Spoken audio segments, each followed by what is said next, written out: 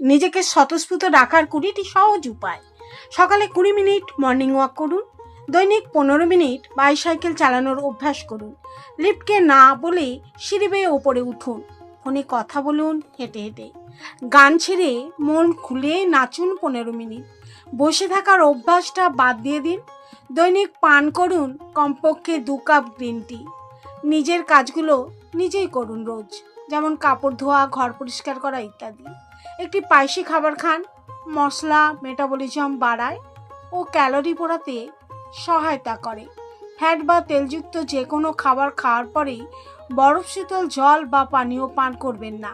ঠান্ডা কিছু খেলেই হলে 30 মিনিট পর খান। খাবার খান সময় নিয়ে, ভালো মতো চিবিয়ে খান। কোমল পানীয় পান করা একেবারেই বাদ দিন। ভালো মতো ঘুমান।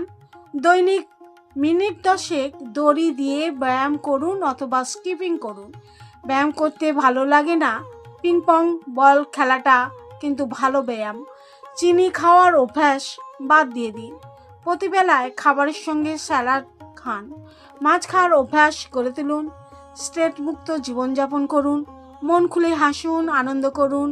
কেবল হেসেই মিনিটে 1 থেকে 3 ক্যালোরি পোড়ানো যায়।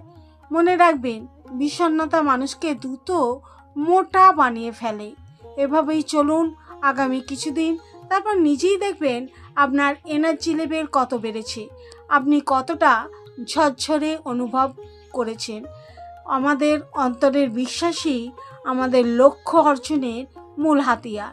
তাই বিশ্বাস করুন নিজেকে, আরও ভালোবাসুন নিজের কাজকে।